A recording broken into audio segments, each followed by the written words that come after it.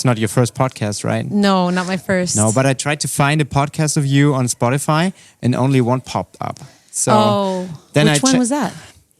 The Active Life RX Oh, podcast. yeah. Okay, that's a little bit older. It's like 4 years. Yeah, right? yeah. 5 I years. guess I'm not that popular anymore. No, and I was wondering, that can't be true.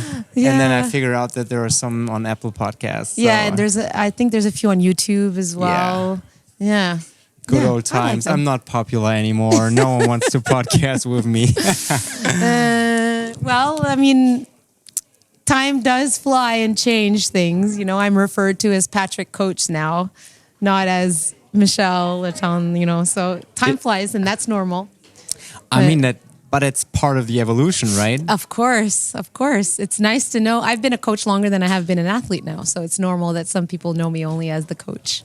Yeah, but maybe we start at the beginning. So, I mean, I'm doing CrossFit for like 10 or 12 years. So I know you as an athlete. A lot of people probably who started like the last 5 years, they don't even know that you have been an athlete. So how did the CrossFit thing start for you? The CrossFit thing. So I started CrossFitting in December of 2009. To make a long story short, I was studying in design, in art, and I needed to find part-time work before I started to look for full-time work in my field. And I had gotten into the gym. I'd been an athlete my whole life. And during university, I stopped being active. But then I regained some fitness in the last year of university. And so in order to not pay a gym membership, I applied at a few gyms to be a secretary or, a front desk manager or whatever. Smart. Yeah. And CrossFit Montreal called me back and they offered me an interview and I had no idea what CrossFit was. So it was a huge stroke of luck because I don't think I would have found CrossFit otherwise. I mean, eventually, maybe one day, but ended up getting a job interview at CrossFit Montreal and they gave me the job as the front desk manager / clerk. And so they just asked me to know what I was talking about. So they asked me to do CrossFit. So I did their intro on-ramp and I fell in love with it. So that's how my CrossFit thing started. And then maybe like 3-4 weeks into doing that, I found out that there was a competition. I don't know if you know OPT. Who's now OPEX, started OPEX, okay. Michael Fitzgerald. Yeah, sure. They were running a competition called the Big Dogs, and it was done in the local gyms that followed OPT's training. And so they organized a Big Dogs competition, and like after 3 or 4 weeks of doing CrossFit, I did my first competition. So that How did that turn out? Yeah, I did it super scaled. I did banded pull-ups, and I did my first overhead squats ever in that competition. So it went super well. I had no expectations. I loved it. I loved that it reminded me of when I did sports when I was young. It put me in a place that I hadn't been in so long, just to kind of put myself out there physically. Design is a very competitive field. So you always try and get the best idea out. You research a lot. There's a lot of work, but the competition is so it's not as cut dry, like it's not always the most talented designer that wins. But in sports, it's hard to take talent out of the equation. And in CrossFit, there's a huge work ethic that's rewarded. So I just love that. When I played water polo as a young person, I say that there's people that are looking at me and like, she's not old, but when I was very young, I played water polo, which was my sport. I had a really strong work ethic. I would go to my practices. I would go to the guys' practice. I would stay after my practice. I would do everything possible to improve, and CrossFit rewarded that. So when I found CrossFit and I was able to do that and be rewarded for it, it was just like finding a new life. So first competition in January 2010. And then I did all the competitions I can find, team, individual, and everything. And then after that, I qualified for my first games in 2011. So you did banded pull-ups in 2010 and CrossFit Games in 2011? Yes. Do you think that is still possible today? Unfortunately, everything's possible. I'm not going to say it's not possible because in 2015, I believe, Carrie Pierce was in our region and she went from just trying out CrossFit, I think 6 months prior, and she was at regionals and she made it to the games. So it's still possible in relatively recent history.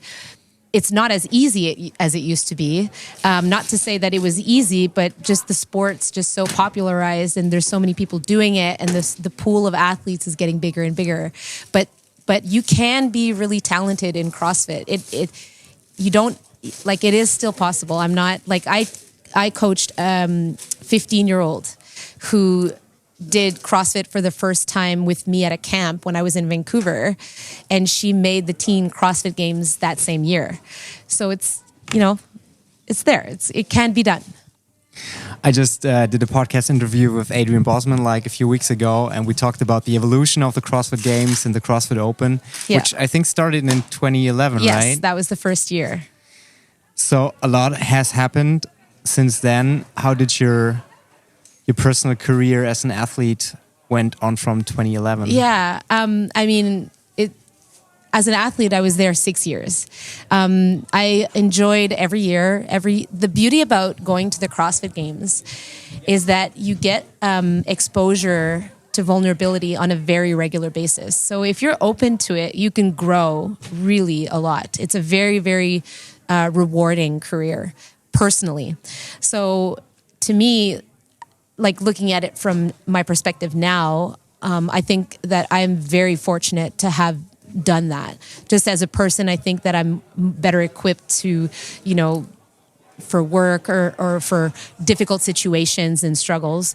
Every year was hard. 2011 was hard because I was a beginner and I didn't know what I was doing. So there was a lot of anxiety, a lot of uncertainty, a lot of comparison, a lot of doubt, wondering if I deserved to be there and wondering if that was just a fluke.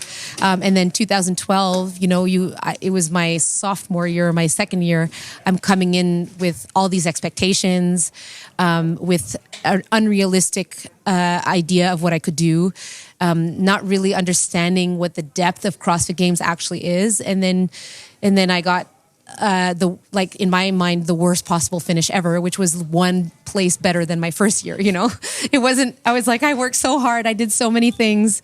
I worked, anyway, and then you get that. So that is such an important learning experience, because you realize I'm not working at the right things. I'm working hard, but I'm not doing the right things. So then 2013 was more successful. 2014 was the most successful. And then 2015 was the year we had Murph. That was great to watch. Yeah, I don't know.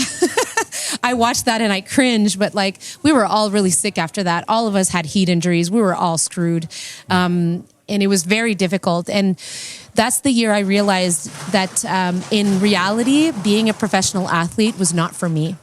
I loved it. I loved the process of it. What I love the most about CrossFit is learning, doing new things, being coached in different things. Like I had a coach that I loved to work with for agility. And it was my favorite sessions of the week. And so being a beginner on a regular basis was what I actually loved.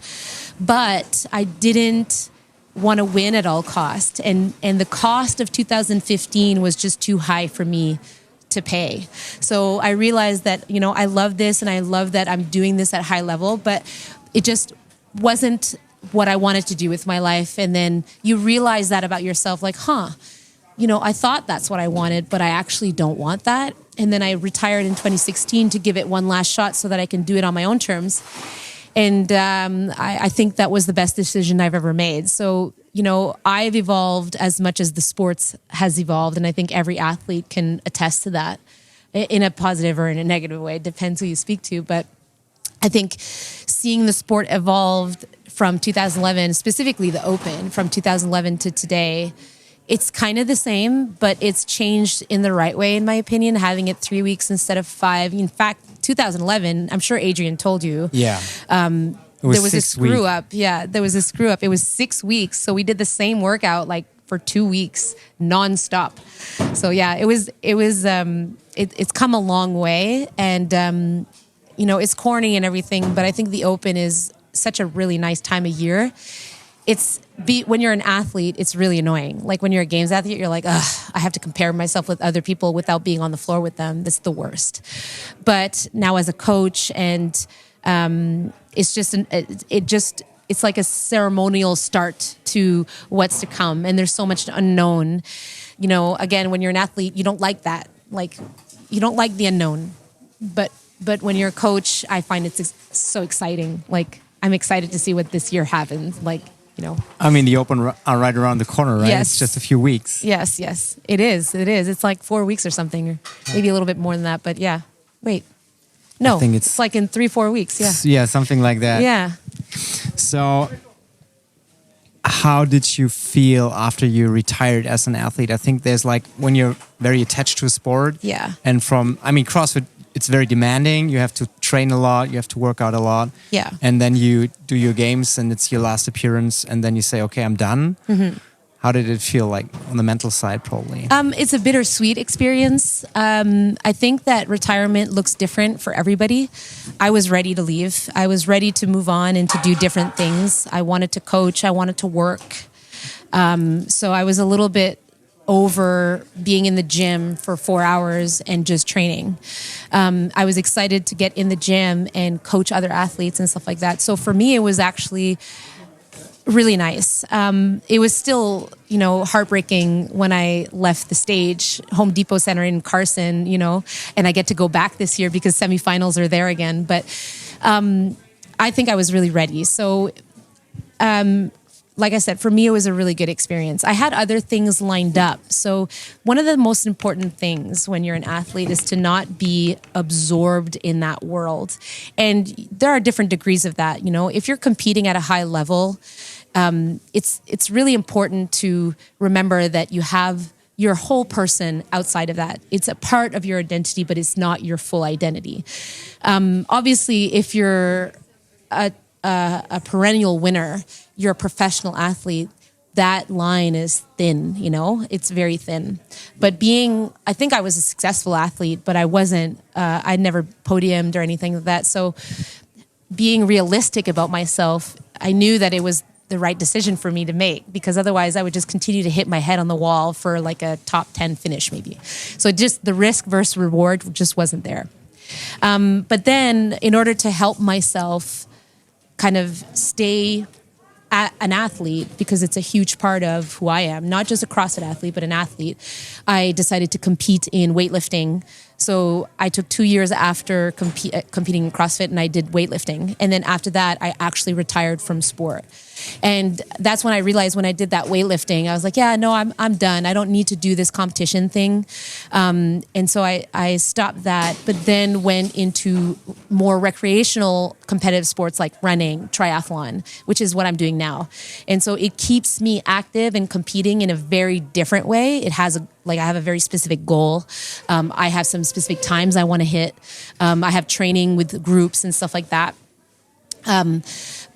Having stuff like that helps retirement. So if people out there are listening and they're looking to maybe move on to something different, just set yourself up for success and recognize what you love about competing. And if it's because you need something to do, then give yourself something to do. If it's because you love being on the competition floor, then find another sport that's unrelated, become a beginner again, which is super fun, and do that. And then just keep doing those things, keep yourself busy, and it'll go really nice and smooth.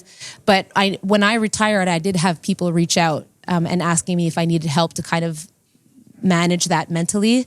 But because, I started CrossFit when I was like 24.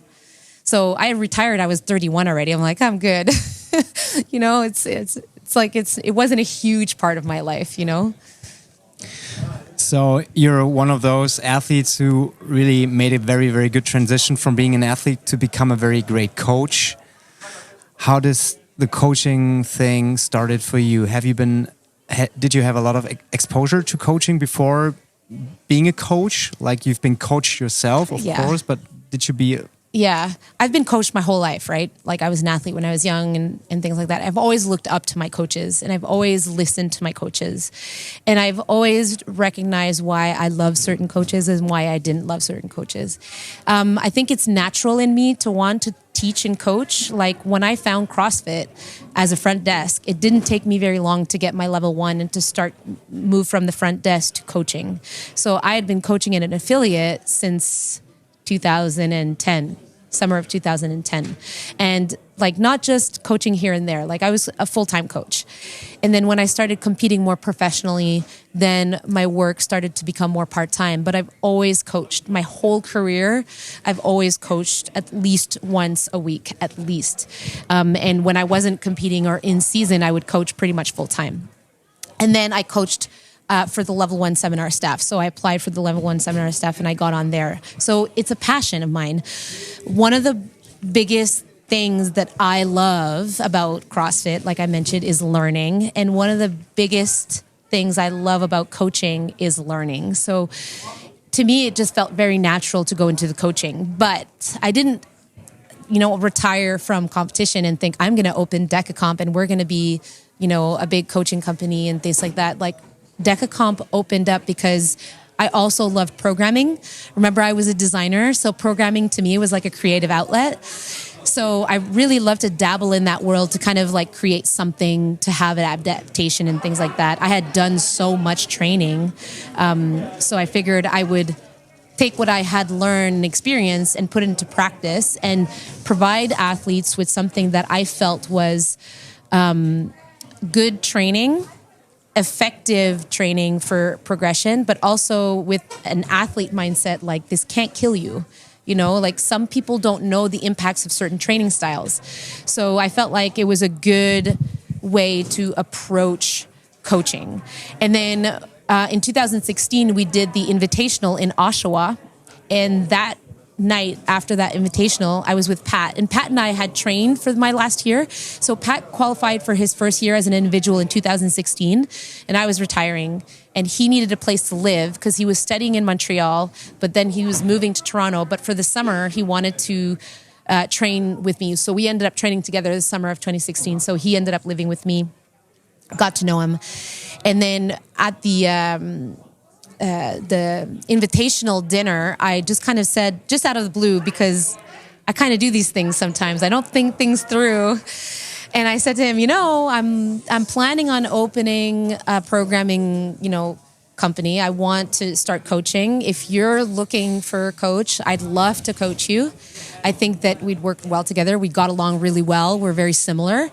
And he agreed. Like a little bit later on, he had a coach that I was really good friends with, and it didn't end up working out for them. But so he agreed to jump on with me, and I'm very fortunate because he helped me mold into the coach I am today. If we are successful, it's because he gave me constant feedback and because I had no choice but to be good if I was going to coach the guy that was on the podium after his first year at the CrossFit Games.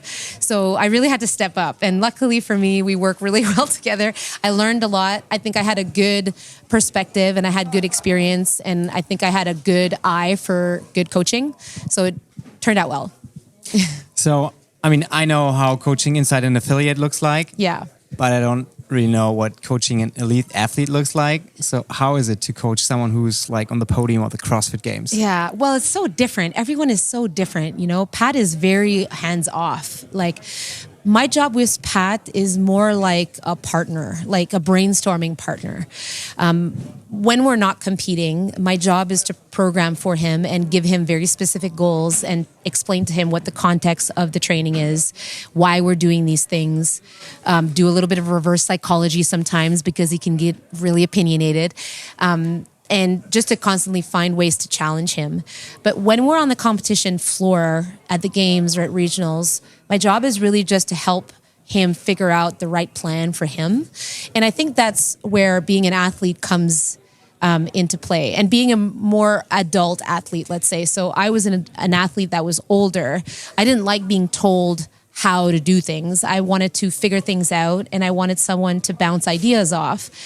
And my best partner for that when I was an athlete was my partner, Fred. He was always, asking me questions. Hey, did you think of this? And things like that. And so I do the same thing with Pat. But I've coached other athletes that has been really, I have to tell them what to do, how to do it, when to do it, how much break to take, and things like that, which I think some coaches are great at. I think that's where I'm not as good, because to me, it's like I can't take control over an event that can change just like that for you on the floor if you have a negative thought, and then all of a sudden the plan that we made just isn't the right one. So it can be very challenging when you're faced with someone that just doesn't tick the way you do. It can be very stressful. However, what I feel like good coaching looks like is just constant conversations, and it's less about telling people what and how to do it. It's more about getting to understand what they feel like, and then try and make a plan that you think will be good for them in that moment and how they feel. So it's a lot like coaching. I've coached classes and I've coached games. Like, it can be similar. Like, there are some people that are going to walk into your class feeling like garbage, and that have a competitive mindset, and they're not competitive, but they have a competitive mindset. They come to the gym and they want to do well, but they had a really crap day. They went through a breakup. They're finding that this skill is not good or whatever. And you have to talk them out of that to get something out of them. And it's very similar with games athlete. So usually the process of an athlete looks like you start CrossFit and you fall in love with CrossFit. And then with a lot of people comes this point where they want to start coaching. Mm-hmm. So the same for me. I started CrossFit as an athlete, and then I thought, okay, it would be cool to coach like you did. Is there any advice which you would give to someone who's at this point where he thinks about, is coaching the right thing for me? Should I try it out? Yeah. Because I think not everyone makes a good or great coach, and not everyone needs to be a coach. When I'm talking to the people in my affiliate, I send them to the level 1s, and I tell them, you can do it and you don't have to be a coach after that. It's just for you. It's self-development. Yeah. But a lot of people, they're getting confused, and they think, okay, when I do that, I have to be a coach. So what are your thoughts on that? Yeah, I think coaching in CrossFit, like if you have an idea, if you have one little fiber in you that says, I think I want to coach, like, why not? Just try. Because, I don't know, like, if you would do a disservice if you don't try. I'm a big advocate for, like, if you want to try something, try it. Like, there's nothing that's stopping you. And I think the reasoning behind wanting to coach is just sharing enthusiasm, right? When you found CrossFit, you were like, this is the best thing ever. I'm going to tell everybody. And the next step after that, when you realize that people are sick of listening to you talk about CrossFit, it's like, well, how can I share this enthusiasm that I feel? And so it just makes so much sense for people to feel the desire to coach when they just love what they're doing so much. It's kind of like, I'm like, a lot of the things that I talk about, like, we're at the Coaches Congress now, I'm going to be doing a talk about self-awareness. It's something that I hold dear to my heart because it's something that I've been working on for a long time, and I want to share it with people because I've experienced it. And so I decided to take this opportunity to do that. And I'm learning more about it as I'm doing it. Like, is it going to be a groundbreaking speech? I don't think it will be. We'll figure it out. We'll see. But what I mean is, I had to try, because there's just something in me that needs to share that. And so I think athletes, or anyone who's looking to coach, there's something in coaching that is bigger than just coaching CrossFit. It's caring about other people. It's realizing that this changed my life. I want to help change other people's lives because it changed my life. And that's so human. And so I think that the more people who try it, the better it will be. It doesn't mean that they're going to be good. And anyone who isn't a good coach, hopefully they'll have the self-awareness to realize, like, no, this isn't for me. And sometimes you think you're going to like something and you don't. Like, I was an athlete, a professional athlete. I was like, I'm going to be a professional athlete. But I actually didn't like that. I liked some parts of it, but I couldn't see myself doing it forever. So it could be the same thing for coaching. Yeah. So I asked Daniel Sheffy a few weeks ago the same question. What what makes a great coach? So what if there's one attribute you could use? What is the one thing that makes a really, really great coach? I think that's a very good question because there's a lot of little technical, practical things. You have to pick one. I don't want to say passion. Passion's not the right word because it dies. But there has to be something that just carries you. Like it's like a mix between passion and discipline. It's like it has. If I were to pick one, I guess it would be passion. You have to be passionate about something. It doesn't have to be CrossFit. You don't have to be passionate about CrossFit to coach CrossFit. You know, you can be passionate about sports. You can be passionate about speaking. You can be passionate about interactions with people. You can be passionate about people. But being a good coach, you have to transpire something to people. And if you don't transpire that something, I feel like people are just going to be like, that was a nice experience, and then they're going to move on. So to me, a great coach is someone that will have an impact on that person for a very long time. I still think about my coaches when I played water polo, the ones who were bad and the ones who were good. And then the ones who were okay, I forget, you know? So that energy, that passion, that desire to make an impact has to be really there. But that doesn't mean that you're going to be a great coach only if you give those amazing 60 minutes every single time. That doesn't mean that. Like, actual greatness doesn't look like that. Actual greatness just is like maybe a smaller version of that extreme passion, but on a consistent basis, you know? So what is the best thing that could happen to you as a coach? Is it the first place finish at the CrossFit Games, or is it something completely different? You know, when I got into CrossFit as an athlete, I wasn't into winning. It sounds funny, but I always felt weird because I was like, I don't care if I win. I mean, obviously, if I win, it would be amazing. But I really love the process. As a coach, I have found it very annoying that Pat has not stepped on the top of the podium. It's been a little bit annoying. But I think that in reality, that's not why I do it. Why I coach is because I am passionate about helping people achieve their goals. I am passionate about programming. I'm passionate about I'm a solution. Like, I like to find solutions, but I also love when my athletes thank me. And so if at the end of my career, like if Pat turns around, doesn't win the games, but turns around and says, thank you, I've had a wonderful career and things like that. Like, I think that would be the most gratifying thing. So, you know, coaching is a thankless job. A lot of the times people are so into the emotions, they don't remember to thank you, especially in the competitive world, not in the gym. In the gym, you get thanks all the time. It's great.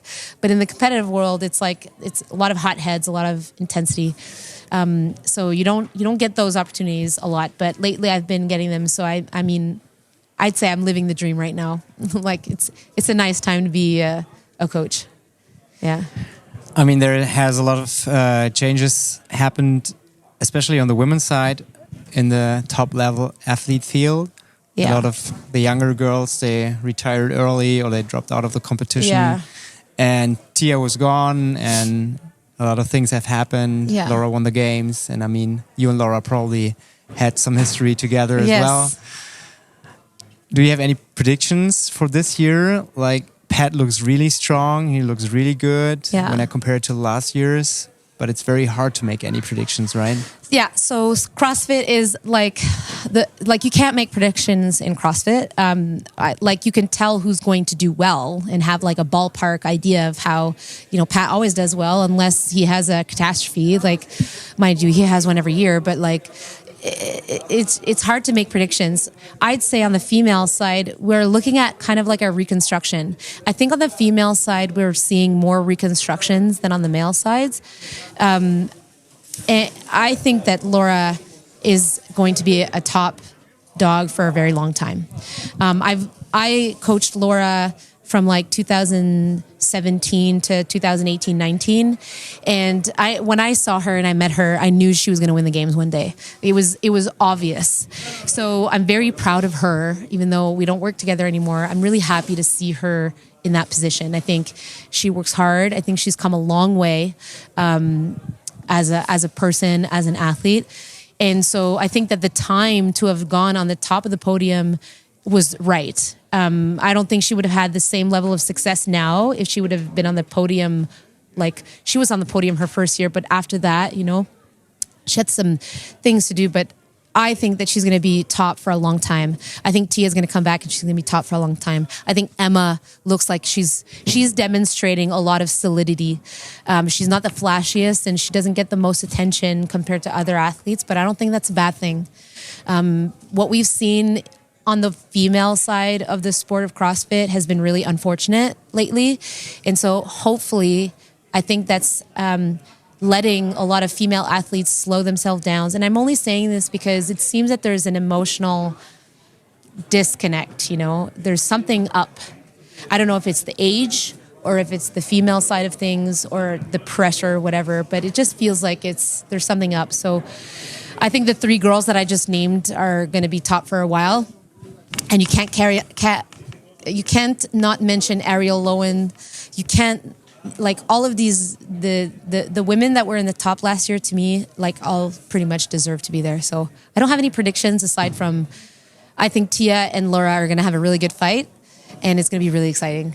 But I also think there's going to be people like Emma and all other people that are going to, it's going to be a competition that's exciting because there's going to be middling that's happening, right? Like, we've seen this for so long on the men's side with Matt Fraser.